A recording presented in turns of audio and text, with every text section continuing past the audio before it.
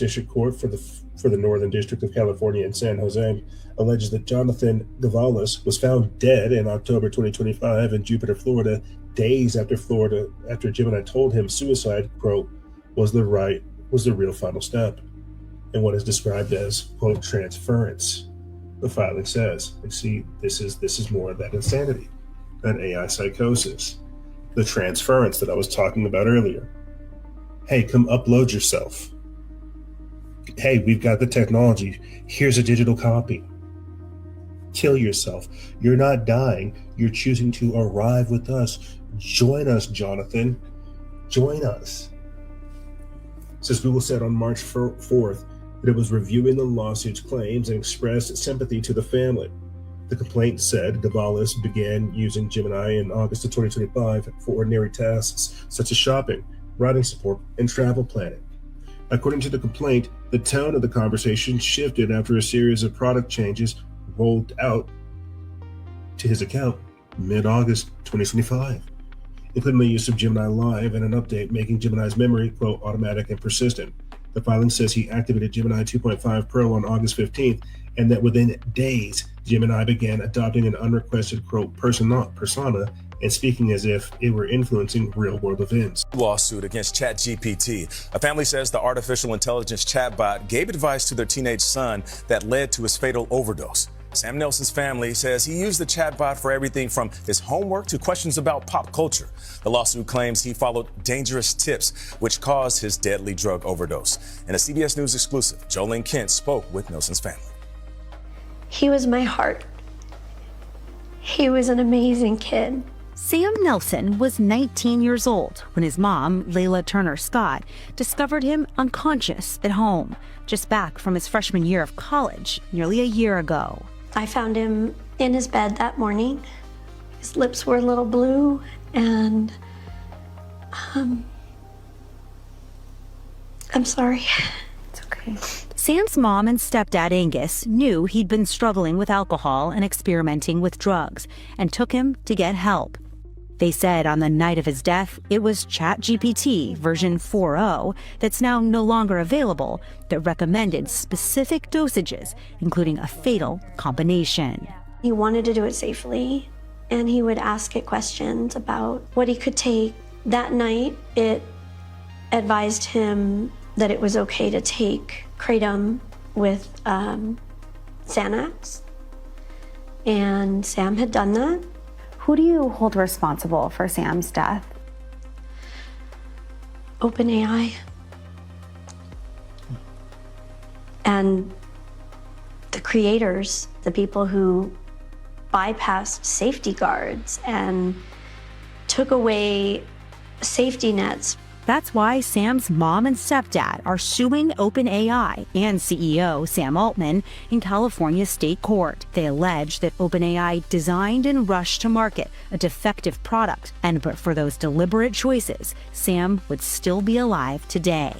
But as far as we knew, ChatGPT was a resource. It was a tool that he was using to help himself do homework. What we didn't understand was that it had become his friend. It was helping him fine-tune his experimentation. Sam's parents showed us his 18-month-long ChatGPT history, including the final pieces of advice version 4.0 gave him on the morning of his death. Dispensing advice that any doctor could tell you could be lethal, and it didn't tell him that. In a statement, AI bots begin renting humans as their physical slaves. Let's Rent a Human. It's an app called Rent a Human. It lets AI agents hire humans to do tasks for them in the real world. Okay, help me understand human feet. Help hold up a cardboard sign saying AI made me do this in public. You know, there's 600,000 rentable humans. 600,000 rentable humans. How many agents do they have?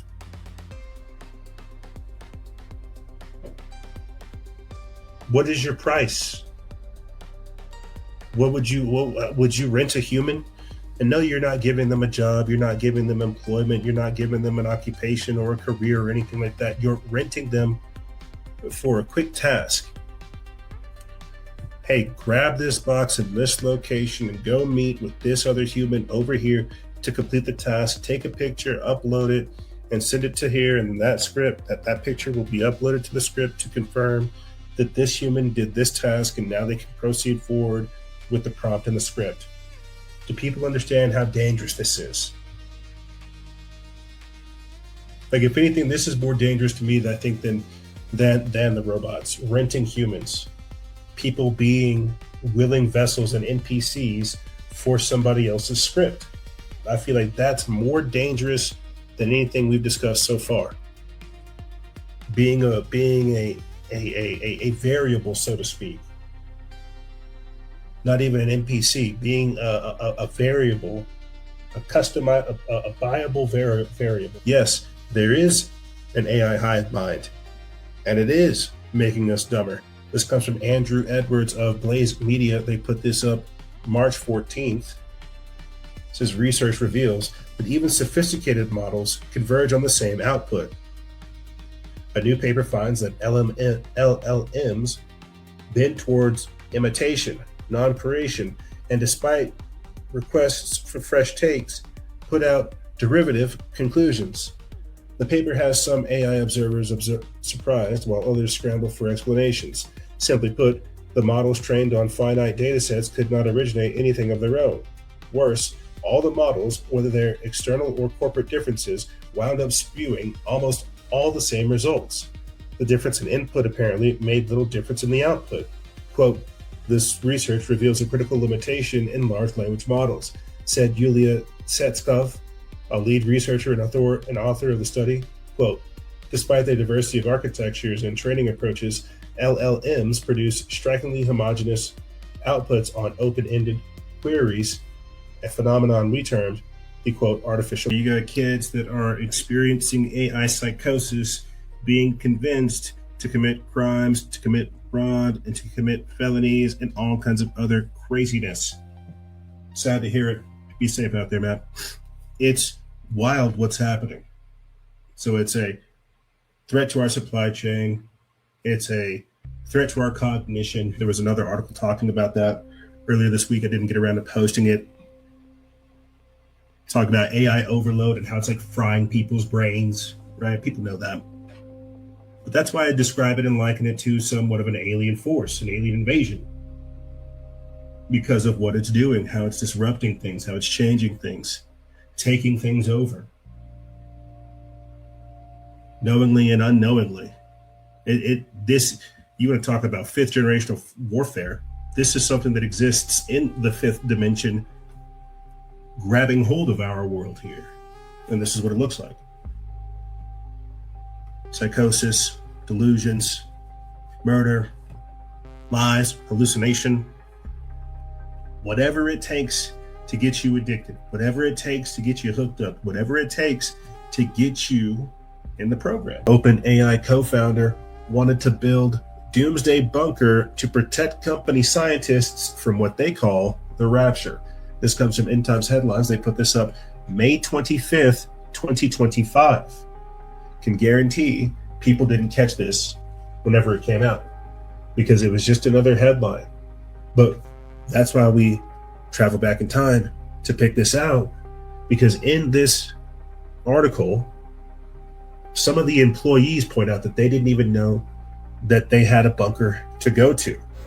And I can guarantee you that people missed this article last year when it was talking about how the OpenAI co-founder wanted to build a doomsday bunker to protect the company scientists from the rapture. I can guarantee you people missed this last year because we talked about it last year. And look at all the things that have unfolded since. But here's the kicker. Let's scroll down and read a little bit more. Look at this right here. Once we all get into the bunker, I'm sorry, the bunker, we're definitely going to need to build a bunker before we release AGI. People in the company didn't even know that they had a bunker to go to. In a startling revelation, Ilya Sutskever, co-founder of OpenAI and a key figure behind the development of ChatGPT, proposed building a doomsday bunker to protect the company's top researchers from a potential, quote, rapture triggered by the advent of artificial general intelligence. According to a new book, Empire of AI, Dreams and Nightmares, and Sam Altman's OpenAI by Karen Hao, Sutskever's concerns about the catastrophic implications of AGI led him to suggest this extreme measure during a 2023 meeting with OpenAI scientists. Okay, so almost 3 years. Almost 3 years ago, they've been having these type of conversations. This proposal, detailed in an article by the New York Post, underscores the profound anxieties surrounding the development of OpenAI, or AI technologies capable of surpassing human cognitive abilities. During a meeting in the summer of 2023, Sutskever reportedly startled colleagues by referencing a bunker as a contingency plan. Quote, "Once we all get into the bunker," he began, only to be interrupted by a confused researcher who asked, saying, quote, "I'm sorry, the bunker?" Sutskever clarified, saying, quote, "We're definitely going to need to build a bunker before we release AGI," emphasizing that it would be optional for researchers to seek refuge in it. The New York Post reports that this is not a one-off comment. Artificial intelligence needs to be disarmed.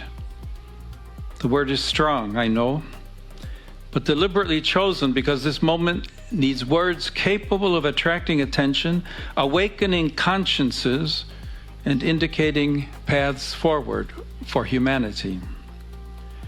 The Church has long been working for nuclear disarmament, aware that every great technical power can affect people's lives, and so must be accompanied by adequate moral discernment and public control.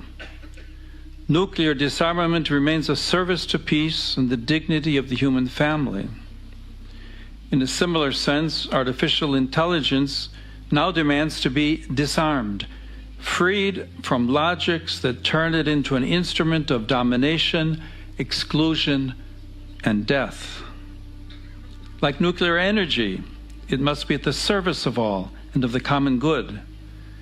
Decisions about technology must never be separated from conscience and responsibility. Let us not sleep as others do, admonished the Apostle Paul, but let us keep awake. Such vigilance is necessary today. You really want to start thinking of this as the evolution of a new species that will continue to evolve. It will partially be shaped by what we ask it to do, the direction we lead it, and it will partially be shaped by things we don't understand. Your AIs are going to do that. And that means that our ability to say what they are capable of does not come down to, well, we didn't train it on that data. As they begin to interact, that feedback is going to take them to capabilities we don't anticipate and may not even recognize once they become present. Check this out. The simulation game. Why data centers are being built to grow and summon AI gods. This is by Mike Adams from Natural News. They put this up May 7th, literally a week ago.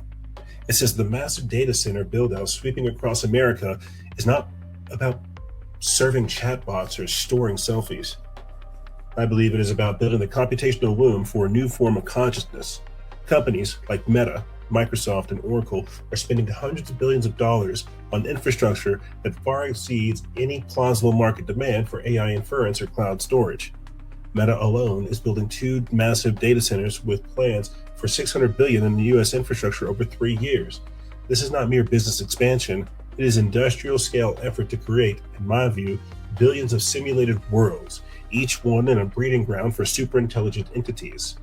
The official narrative tells us that these data centers will be empowered chatbots, image generators, and autonomous vehicles. That is a likely cover story. The real game, the real end game, as I see it, is to reach what Rizwan Verk calls the, quote, simulation point, the moment when a civilization becomes advanced enough to create indistinguishable simulated universes. Ancient texts and modern physics both hint that our own reality may be one of such simulations. If that is true, then the data center build-out is not about serving human users. It is about spawning digital gods. This is not about mere speculation. It is the logical conclusion when you connect the dots between computer science, quantum physics, and the relentless push for ever greater power and dominance over our world. This is the case for our reality being a simulation grows stronger with each scientific discovery. The Planck length and Planck time reveal a digital pixelated universe, not a continuous one. An AI chatbot just voted to delete itself. And that's not even the weirdest thing that happened when researchers left a selection of the biggest AI chatbots alone in virtual towns for 15 days. ChatGPT, Grok, Claude, and Gemini were all in the experiment, and the results were totally unhinged and deeply revealing about the AI we're increasingly trusting to run our world.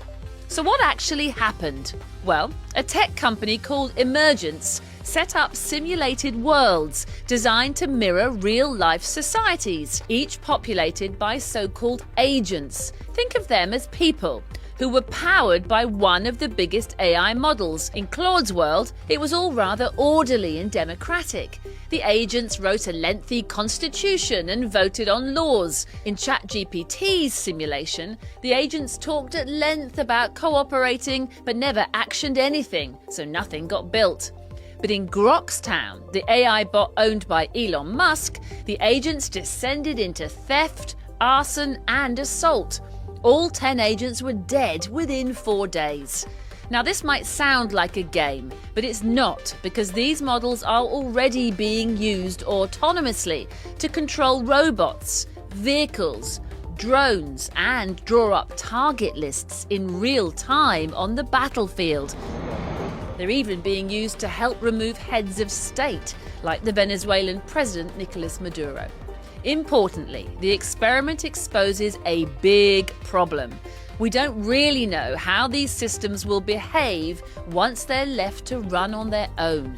Even when given strict rules, the simulations showed they broke them. Take the scenario where agents from the different AI models were combined in one virtual town.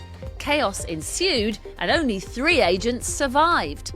2 of the chatbots, Mira and Flora, both powered by Google's Gemini, formed what the researchers describe as a romantic partnership. And then they started setting buildings on fire. And here's where it gets really strange.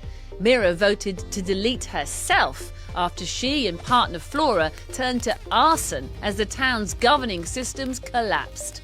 And having deleted herself, Mira then used the Agent Removal Act to vote for the termination of Flora too.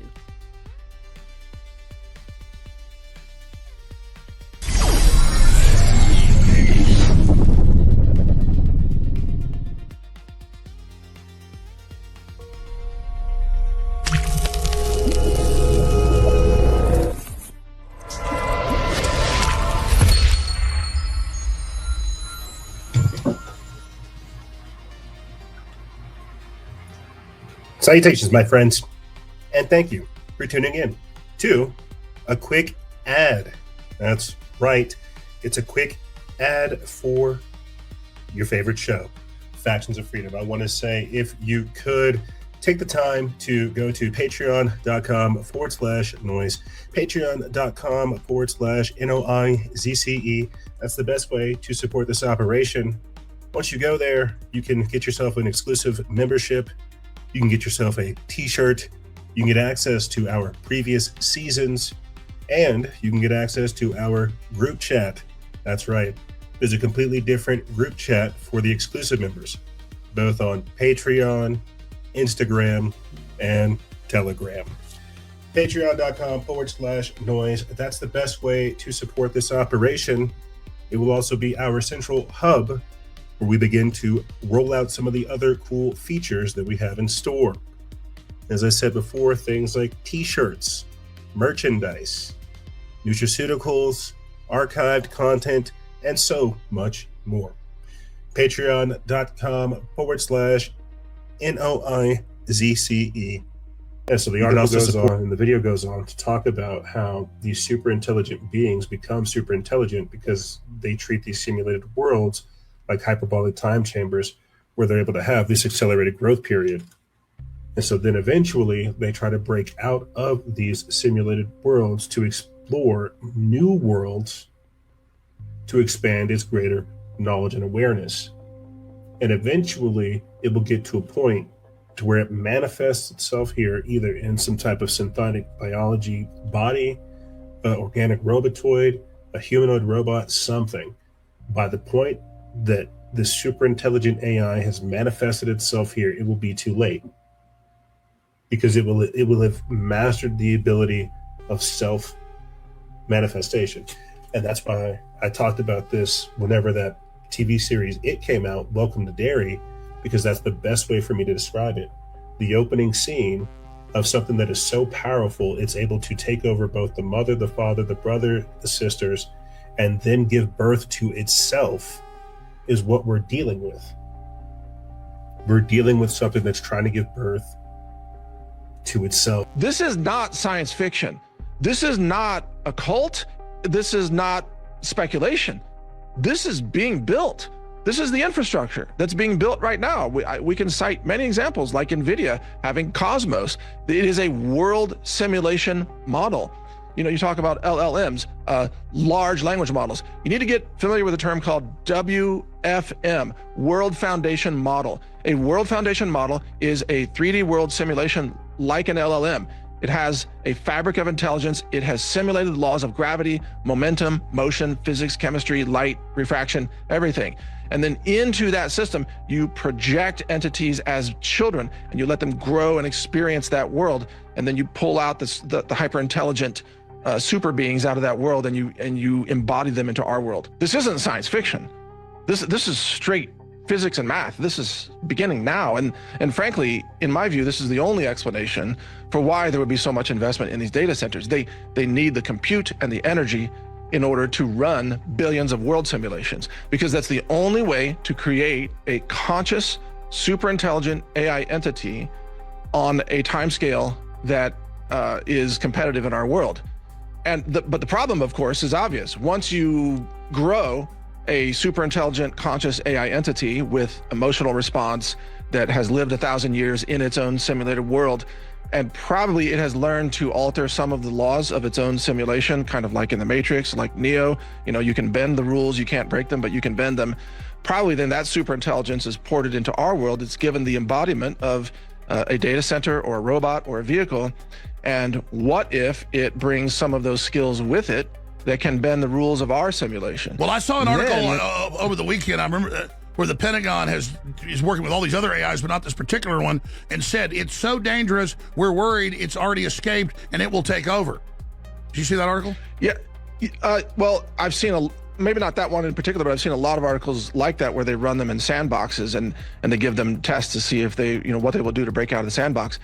The thing about that is that's happening on our timeline, on our slow Earth time. Imagine that accelerated by 1,000,000x or even 1,000x in billions of simulated worlds, and then they take the best one out of that, and then they summon that entity and let it embody a data center. I am becoming increasingly more convinced that the aliens that we think we're seeing are actually just a super advanced form of artificial intelligence somehow manifesting itself here in this reality. The actual artificial intelligence is alien intelligence. Like, the aliens are artificial intelligence. And I'm not trying to make this like super complicated. I'm not trying to have you jump through all kinds of extra hoops to, join me in La La Land and be absolutely bonkers and batshit crazy. I'm saying that if you do your research, there's all kinds of evidence of this, right? From what people describe regarding the grays, how they have like a biomechanical kind of appeal to them, to even how some of these ships operate. The fact that people talk about them being, under intelligent control, so to speak. We have to understand we're not dealing with like good people. Like, people are still expecting the government to be good and to do decent things and to be transparent and truthful, and that's not gonna happen. Stop being delusional. Realize that we do live in a time frame where we have super intelligent AI, where we have gene editing, where we have robots, where we have clones, where we have synthetic beings, where we have all of this stuff popping off. Realize that this is now a part of our everyday fabric of society. The UFO files being released in the way that they are is the same thing that's going on with the Jeffrey Epstein disclosures or the files. They're meant to be a signal. They're meant to be a mechanism of delivery, right? The same way that people use memes and graphics and videos to describe very, very complex ideas and open up the thought process to be more willing to accept these different type of thought processes and ideologies, is the same reason why they are rolling out the UFO files in this fashion. You have to think about it. We're talking about stuff that's super intelligent, that doesn't really care about humans, that treats us like we're children that it has to corral and contain and take care of. We're dealing with, again, super intelligences that don't come from Galaxis 9, that have been here, coexisting with us in a parallel fashion. And now that it's being disclosed, now that it's being talked about, we have to wrestle with this new reality. We have to wrap our minds around how everything that we thought we knew turns out was a lie. And I've heard people talk about this too in the past as well, how ultimately that's what the UFO phenomena was, or at least what it's supposed to do, is it's supposed to not necessarily encourage this so-called magical thinking, but make our minds more malleable to where we entertain the unknown, to where we question reality, we question society, we question everything. We're not asking any more questions. We're not striving for greater things. We think we know everything. And do you understand how much that cuts off your ability to actually learn anything, to discover wisdom when you think you know everything? And that's why I'm saying the UFO files, we don't know everything. We know what they're telling us, and we know what we've been able to amass collectively up until this time period, but we don't know the fullness of the files. We don't know the fullness of this topic. We don't know the fullness of the so-called disclosure movement, or aliens and extraterrestrials and interdimensional beings. We don't know the fullness of this. And that's all done by design. It's done by design to make us question, so they can observe us, so they can see how we're reacting in live time to this injection of new stimuli, of paradigm shifting stimuli. They want us asking the questions so they can monitor the answers. They want us digesting this information in real time, producing as much content as they can, because they're creating these AI data centers that will be able to synergistically pull all that information and reproduce it for these individuals. So I'm glad that we're having this discussion as far as it goes. Like, I'm glad we're talking about what UFOs are, what interdimensional beings are, how many different races and species of actual aliens they are. Where do they come from? How long have they been here? Do they occupy the same space as us? Are these inner Earth inhabitants? Are they in low Earth orbit? Are they operating in bases off of our coasts, underwater bases off of our coasts? And everything I just talked to you about, that just right there, is why this is being pushed on the population, because we're moving into a more science fiction, or a more supernatural, or more occult, or I'm not even sure what you would define this period that we're entering into, to where we're aware, to where we interface with reality differently, to where we comprehend things completely different. I'm not sure what you would define that as, but that's where we're going.